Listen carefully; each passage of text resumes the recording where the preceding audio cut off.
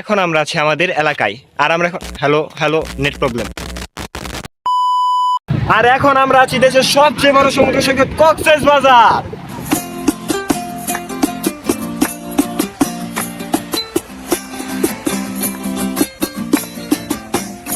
আমার মন বসে না শহরে, ইট পাথরের নগরে, তাই তো আইলাম সাগরে, তাই তো আইলাম সাগরে।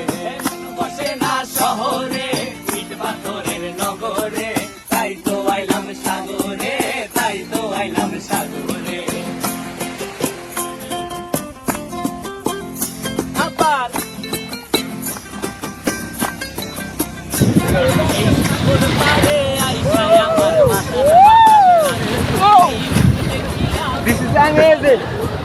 ওয়েট, কিন্তু কেমনে?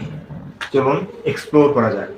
বৃহস্পতিবার রাত 8:30 আমাদের বাস ছিল চন্দ্রা থেকে কক্সবাজার, আর আমরা একটু আগে সেই কাউন্টারে অপেক্ষা করছিলাম। 8:30 বাস ছাড়ার কথা থাকলেও 30 মিনিট লেট করে 9টার দিকে আমাদের বাসটা ছাড়ে। এরপর ঘুমিয়ে লং একটা জার্নি করে আমরা কুমিল্লাতে যাত্রা বিরতি নেই। অ্যান্ড কুমিল্লা পৌঁছাতে আমাদের রাত 3টা বেজে যায়। এখানে 30 মিনিট বিরতি নেওয়ার পর আমরা আবারও বেরিয়ে যাই কক্সবাজারের উদ্দেশ্যে। অ্যান্ড সকাল 6টার দিকে আমরা এরকম একটা পাহাড়ি ভিউর সাথে আমরা চট্টগ্রাম পৌঁছে যাই। এরপর সকাল 8টার দিকে আমরা আরেকটা যাত্রা বিরতি নেই।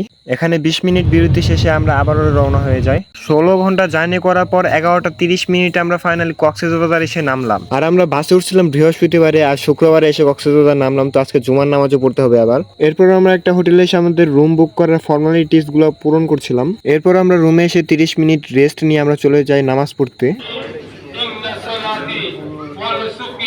আর এখানে মসজিদের ভেতরে জায়গা না হয় আমরা মসজিদের বাইরে বসেছি, আর প্রচন্ড পরিমাণে রোদ ছিল। আর একটা বিষয় হচ্ছে, মসজিদ আমাদের হোটেলের একদম সাথেই ছিল, যে হোটেল থেকে মসজিদ আসতে ধরেন যে 2 মিনিট সময় লাগে। নামাজ শেষ করে রুমে এসে আমরা রেডি হয়ে সরাসরি চলে গেছি বিচে। অ্যান্ড বিচে আসার পর যা হয় তাই করতেছি, ইচ্ছা মতো গোসল করতেছি সবাই মিলে। এই সাগর পারে আইসাই আমার মাতাল মাতাল লাগে, এই রূপ দেখিয়া হঠাৎ করে একটা বিশাল ডিউটি ছিল করা। ঠিক আছে, আমি এবার নৌকে মারবো। হ্যাঁ ফিরা। আমার মন বসে না শহরে, ইট পাথরের নগরে, তাই তো আইলাম সাগরে, তাই তো আইলাম সাগরে। আমার মন বসে না শহরে, ইট পাথরের নগরে, তাই তো আইলাম সাগরে, তাই তো